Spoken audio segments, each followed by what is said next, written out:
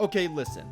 The Harmon Schizo video was going to be worked on today. However, I can't ignore talking about this because what in the goddamn happened, Bethesda? What in the goddamn? How do you screw something as simple as a next-gen patch up? Welcome back to the channel, ladies and gents. I hope your week has been great. Pat yourselves on the back because you made it to Friday. You did it! The week is over and it's weekend time. Finally! So, in case you somehow missed the news, Fallout 4 finally got its next-gen patch yesterday. And surprise, surprise, it's kind of a disaster on PC for the most part.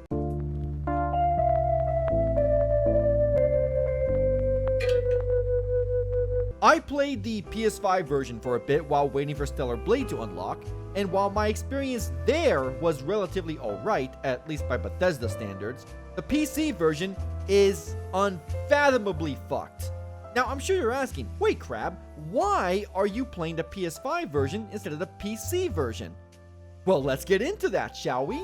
Sometimes foreshadowing is relatively obvious. So first things first, for those of you who don't know, the Fallout Next Gen update, Christ, can we stop calling it Next Gen? I mean, it's not Next Gen if the systems are out. Was originally announced back in October of 2022, almost 2 years ago. Since then, they have been radio silent, leading people to believe they abandoned the update. After all, they were neck deep in Starfield at the time, polishing it up for the 2023 release. You sure about that? You sure about that? That's why? Fast forward to a few weeks ago, and one of the most anticipated mods for Fallout 4, Fallout London, was announced to finally be releasing on April 23rd, which was to be a massive expansion to the game, featuring an entirely new area, quests, enemies, etc. Well, Bethesda being Bethesda, decided not only to finally announce the next-gen patch is coming, but it's coming out on the 25th. Here, please hit me as hard as you can. 2 days after the Fallout London mod is scheduled to release, which causes a lot of problems. As anyone on PC will tell you, whenever there is a big update for a Bethesda game, there is generally a 90% chance it will break most, if not all, of your currently installed mods, including mods that are necessary for game stability, like Fallout 4 Script Extender, the high FPS fix, and weapon debris fix, to name a few. And this, folks, is why you always turn off auto updates for Bethesda games and either play the games in offline mode or use external launchers like Fallout 4 Script Extender to bypass updating the game, because this way, your mods and playthrough is preserved. So let's go over the patch notes first so we know exactly what has changed before we talk about the issues, as understanding what was included can help further understand people's frustration with this patch.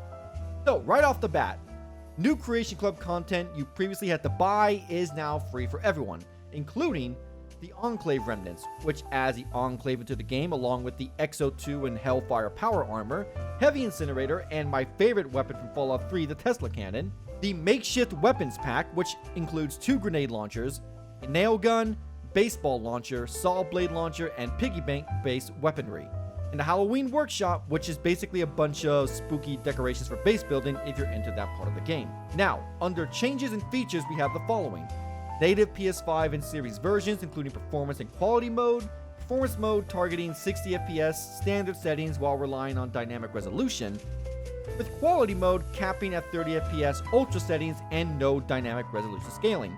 Noting, however, when connected to a 120Hz display, Quality mode can target 40 FPS.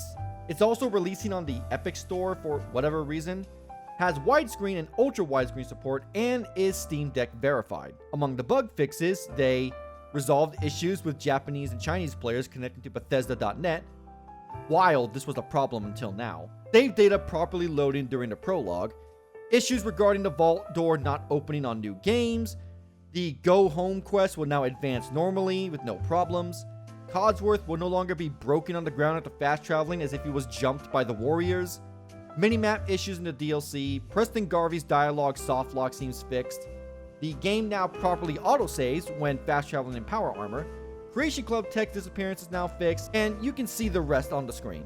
Overall, very minor bug fixes. The overall size of the update itself is about 14 gigs. And that's it for the most part. They broke mods for this. So, what are the issues with this update? Well, as I said earlier, this update caused Fallout London to be delayed, as now most, if not all, mods are just completely broken, including the Fallout 4 script extender, which is a requirement if you are doing any heavy modding. There is no real graphical improvements to draw distance, lighting, effects, none of that. They still haven't fixed some of the more damning bugs, like the weapon debris settings causing RTX cards to crash, a bug that has been present since RTX cards came into market, I remind you. The version of Creation Engine that Fallout 4 uses still can't handle frame rates over 60 FPS, so you still need that high FPS fix mod if you plan to play above 60 FPS. Except, oop, you probably can't now since, you know, they broke a number of mods with this update. You stupid. And what do PC players get in return? Widescreen support that, I kid you not, just stretches the UI. Why? Why? I mean, look at this. This is ridiculous. Did no one at Bethesda look this over? Why are you the way that you are? So you'll still need a user-made patch to fix it. You know, the same solution widescreen players have been using this entire time. My goodness, what an idea. Why didn't I think of that? The craziest thing to me is, okay, I can see the usefulness of releasing this on the consoles. The PS5 version never ran at 60 FPS like the Xbox Series ran the last gen version. And for people who want to sacrifice frame rate for visuals, Xbox owners can now do so. Oh, except, wait, according to Digital Foundry, the quality mode straight up doesn't turn on when toggled on the Xbox version. Are you kidding me with this? Okay, fine. But the PC version, straight up, didn't need this update. They could have just unlocked the creation content for the current version on PC. I've seen them randomly make certain Creation Club stuff available for free. Instead, they pushed out this shoddily put together update, fucking over mods once again, and by proxy, delayed the highly anticipated Fallout London.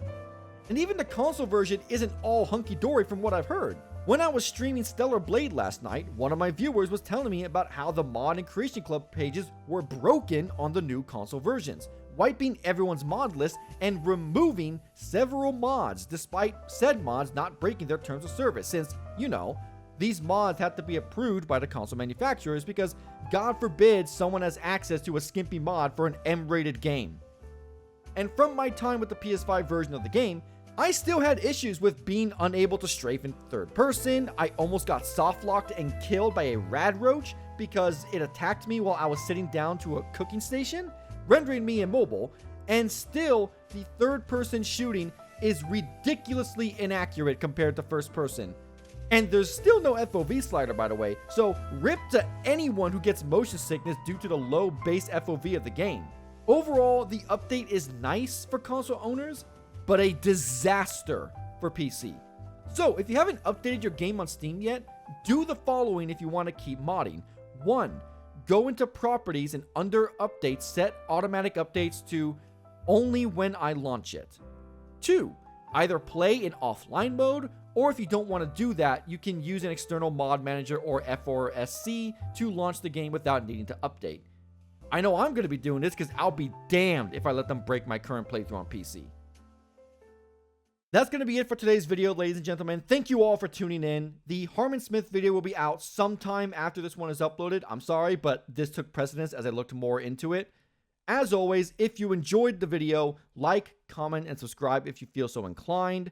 As always, to stay up to date on all things crab, you can follow me on Twitter via the link in the description below. And if you're looking for a way to support the channel, you can consider becoming a member. For only 99 cents a month, you get access to the community Discord, the Crab Shack. Once you're in for good, as well as emotes to harass me with live on streams. But with all that out of the way, I thank you once again, and I will see you guys in the next video.